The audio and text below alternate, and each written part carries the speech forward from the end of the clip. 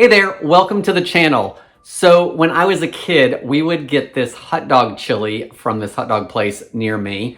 If you call it hot dog chili or hot dog sauce, leave it in the comments below. But we would get this chili to put on our hot dogs and we would buy it in a quart container. And it always had this interesting flavor to it that I wasn't familiar with other hot dog chilies. And that's because it was a Greek style hot dog chili. So today on the channel, we're gonna make some. I'm Jamie with SavorySaver. I share gluten-free recipes, tips, tricks, and resources to make your gluten-free lifestyle easier. So let's make some Greek-style hot dog sauce. So we are over at the stove, and this is not a difficult recipe, and you probably have just about everything in the house.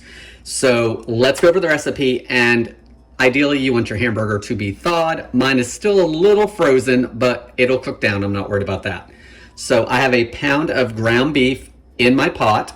To that, I'm gonna add 4 cups of water.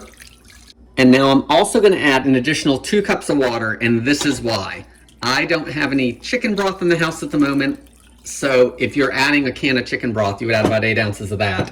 Since I'm not doing that, I'm adding the water and adding my bouillon base. So use whatever you wanna use. If you need to use gluten-free bouillon base, of course, you need to do that.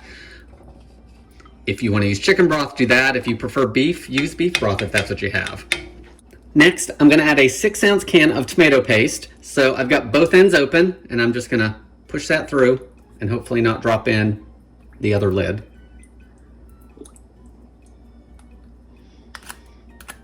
We're going to bring this to a boil, so I've got this up pretty high. I've got it like, on high, 9, somewhere in there, because I want to bring it to a boil, and then I'm going to reduce it.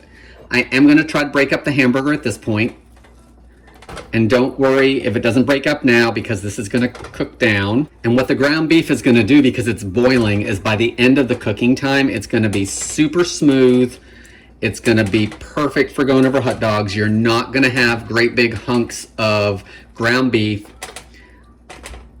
All right, so while that's coming up to a boil, let's add our seasonings. I've got 1 tablespoon of chili powder, 1 tablespoon of dried minced onions, 1 teaspoon of dried parsley, 1 teaspoon of garlic powder. Because I'm using bouillon, I'm only going to use half a teaspoon of salt instead of the original teaspoon in the recipe, because I can add more salt later if it's not seasoned enough. It's going to have 1 teaspoon of cinnamon to give it that Greek twist. And the recipe calls for half a teaspoon of cayenne pepper. I'm actually using a 1/4 teaspoon because my family's coming down and they don't do spicy. So I'm going to add all those. The recipe does not call for this, but I am going to add a couple pinches of black pepper. So now the big thing to do is to let it cook. So as this comes up to a boil, I'm going to come in here every couple minutes and just keep knocking down that beef until it's all broken up. Probably once it comes to a boil, I'm going to switch to a spoon and keep doing the same thing. And it feels like I can probably do it now. Yeah, it looks pretty good now. So now I can switch to a spoon. And once this comes to a boil, you want to reduce it to a simmer. Simmer it uncovered for about 2 hours until it's nice and thick. If the water starts boiling off and it's getting too low, add a little bit more water and just keep cooking it until it's the consistency that you like. So I'm going to bring this up to a boil, show you what it looks like, and then we're going to jump ahead. So we are coming up to a boil. I can hear it on the bottom of the pot, and it's starting to bubble just around the edges. So before it comes to a full boil, I'm actually going to start bumping it back just because this pot's going to retain a lot of heat. So I'm going to bump it back. You want to simmer it for about 2 hours, stirring often. So let's get this cooked down, and I'll show you what it looks like. Okay, so we are about 1 hour and 15 minutes into this. And I have messed around a little bit with the temperature setting just because I want it to actually have a really good simmer. So you can see the line was about up to here, so it's definitely boiled away some of that liquid.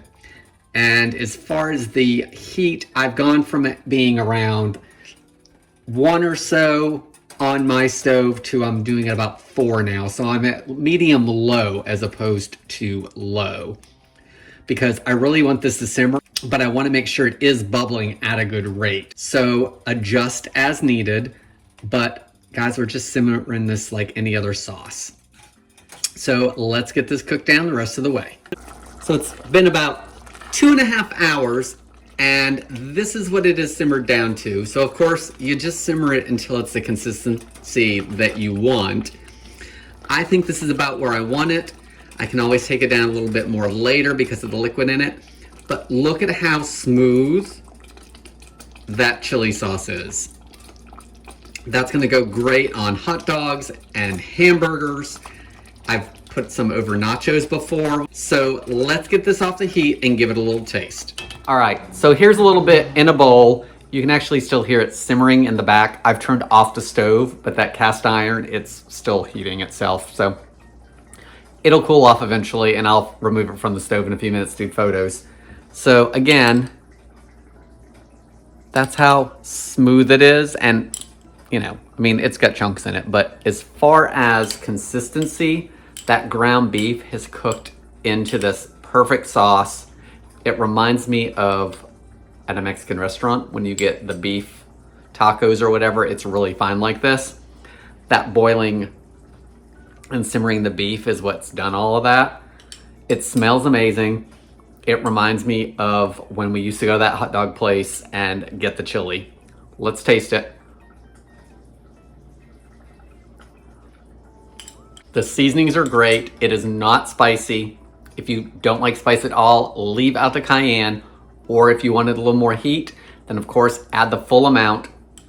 The cinnamon, it doesn't taste like cinnamon. It's just a different taste than regular hot dog chili or hot dog sauce, whatever you want to call it. I really like it. And I'm excited because I don't have any hot dogs at the moment to try this on, but we are having hot dogs later this week. So guys, what do you think? Greek style hot dog chili, hot dog sauce, whatever you want to call it. Would love to hear your comments below. I want to thank you so much for watching, and I hope to see you in the next video.